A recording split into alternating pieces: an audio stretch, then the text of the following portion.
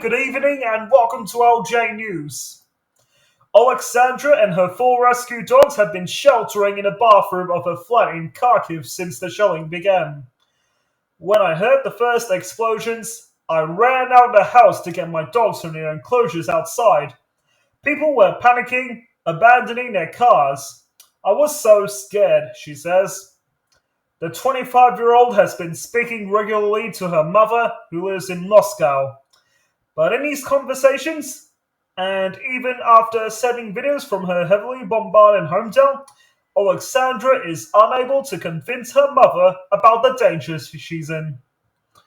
I didn't want to scare my parents, but I started telling them directly that civilians and children are dying, she says. But even though they worry about me, they still say it probably happens only by accident, that the Russian army will never target civilians, that it's Ukrainians who are killing their own people. It's common for Ukrainians to have their family across the border in Russia, but for some, like Oleksandra, their Russian relatives have a contrasting understanding of the conflict.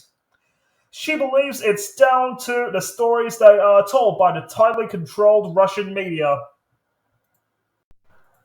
Oleksandra says her mother just repeats the narratives of what she hears on Russian state TV channels. It really scared me when my mum exactly quoted Russian TV. They are just brainwashing people, and people trust them, says Oleksandra. My parents understand that some military action is happening here, but they say Russians came to liberate you. They won't ruin anything. They won't touch you. They're only targeting military bases. While we were interviewing Oleksandra, the shelling went on. The internet connection was weak, so we had to exchange voice messages. I almost forgotten what silence sounds like. They're shelling non-stop, she said.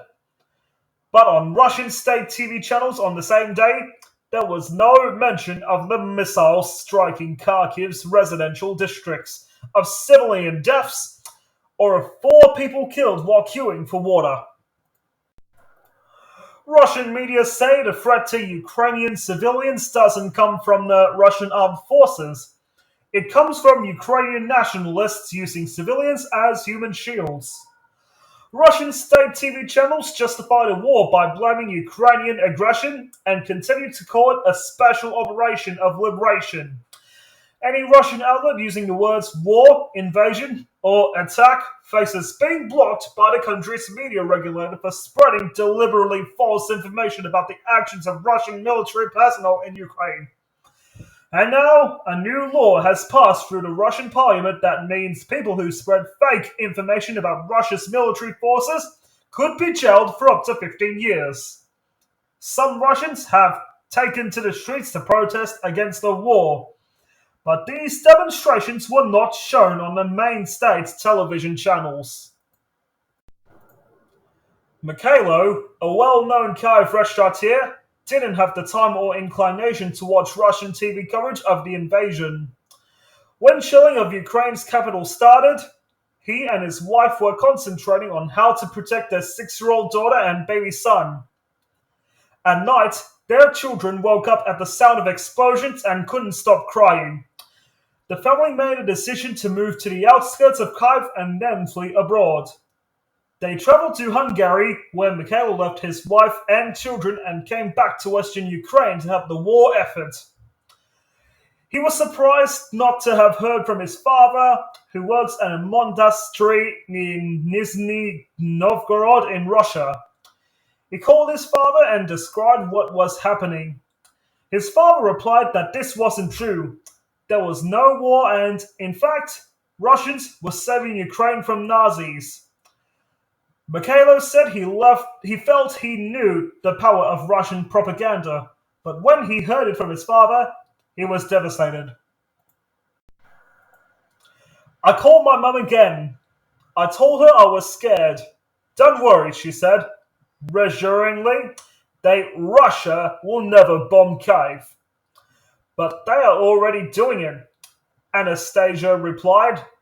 I told her there were casualties among civilians, But that's what we had to when Ukraine attacked Donbass.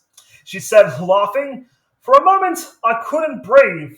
Hearing my mum say this with such cruelty just broke my heart. Anastasia believes the image Russian media has created is one of the glorified Russian army, ridding Ukraine from Nazis. For years, she avoided political arguments with her parents, but this time she slammed the phone down on her mum. We spoke to Anastasia when she was traveling away from Kharkiv after 4 nights in a bomb shelter. Her mind was on an uncertain future.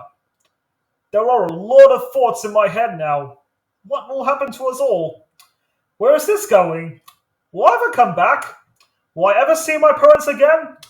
I still love them deeply, but something inside me has broken and I don't think it can ever be fixed.